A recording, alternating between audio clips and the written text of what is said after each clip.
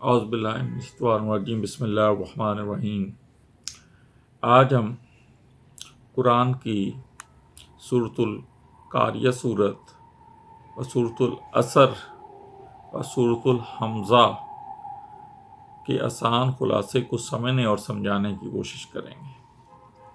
سورۃ القاریہ، اس مکی صورت میں بعض احوال قیامت کا تذکرہ کرتے ہوئے فرمایا، وہ دلوں کو ہلا دینے والی کیا ہے؟ وہ دلوں کو ہلا دینے والی، اور تو کیا جانے کہ وہ دلوں کو ہلا دینے والی کیا ہے؟ جس دن لوگ بکھرے ہوئے پتنگوں کی طرح ہوں گے اور پہاڑ روئی کے گالوں کی طرح اڑ جائیں گے۔ تو جس شخص کی نیکیوں کا پلڑا بھاری ہوگا وہ خوش کن زندگی میں ہوگا، اور جس کا نیکیوں کا پلڑا ہلکا ہوگا اس کا ٹھکانہ حاویہ ہے، اور وہ ایک دہکتی ہوئی آگ ہے۔ صدق اللہ العظیم۔ سورۃ العصر، یہ مکی صورت کامیابی کی شرائط کو واضح کرتی ہے۔ فرمایا، زمانے کی قسم، بے شک انسان خسارے میں ہے، صرف وہ لوگ اس خسارے سے محفوظ ہیں جو ایمان لائے، انہوں نے نیک کام کیے، اور وہ ایک دوسرے کو حق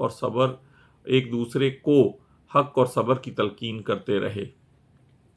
سورۃ الحمزہ، یہ مکی صورت بعض اخلاقی برائیوں اور ان کی سزا پر مشتمل ہے۔ فرمایا، وہ شخص تباہ و برباد ہو گیا جو پس پشت دوسروں پر عیب لگائے یا منہ پر طعنہ زنی کرے۔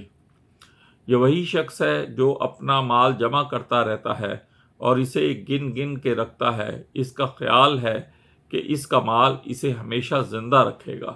ایسا ہرگز نہیں، اسے حتمہ میں پھینکا جائے گا جو اللہ تعالیٰ کی بھڑکائی ہوئی آگ ہے، جو دلوں تک جا پہنچے، پھر ان پر اسے بند کر دیا جائے، لمبے چوڑے ستونوں میں گھرے ہوں گے۔